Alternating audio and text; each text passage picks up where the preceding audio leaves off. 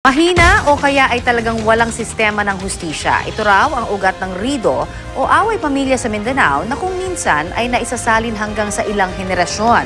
Kaya nadadamay maging ang mga disangkot sa sigalot. Yan po naman ang isyong ating tinutukan sa paghahanda para sa nakatakdang Pilipinas Debates 2016 kung saan maghaharap-harap lahat ng 5 kandidato sa pagkapangulo. Narito ang special report ni Mike Enriquez.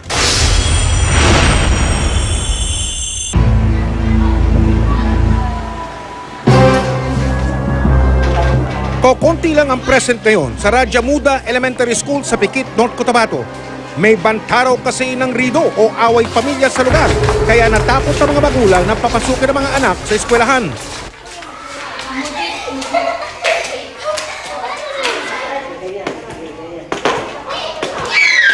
Masayang lugar ang eskwelahan para kay Nornisa, isang estudyante sa grade 5. Hanggat hindi nag-aanunsyo ang mga guro na walang pasok, hindi siya lumiliban kahit may banta ng gulo. Nagbarilan po yung mga tao.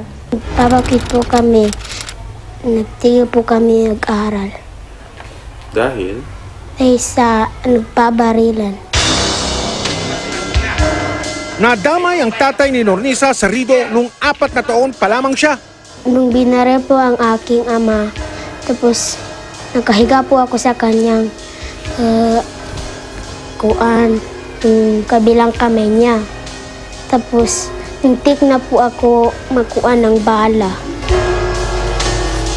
Yung RIDO, I believe it is a Maranao term that refers to yung nangyayari pag may hindi kasunduan na nauuwi sa karahasan between families or communities.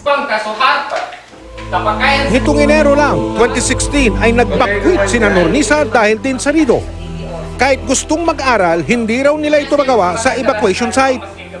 472 ang bilang ng mga estudyante sa Raja Muda Elementary School.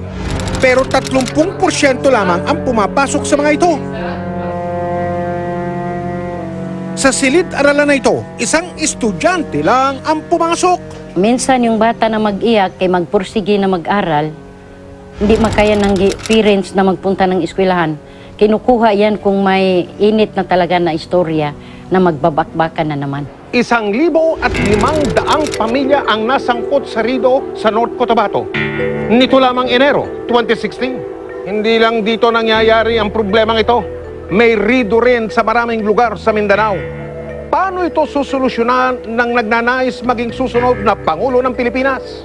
Ang sinasabi talaga that yung structural at long-term solution dyan ay patatatagin mo ang rule of law. Alam ng victim na meron akong pupuntahang korte.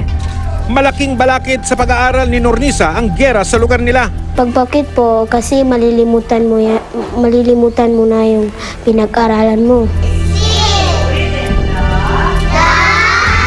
Dapat ay kasali sa planong pangkapayapaan ng susunod na presidente ang paglutas sa RIDO.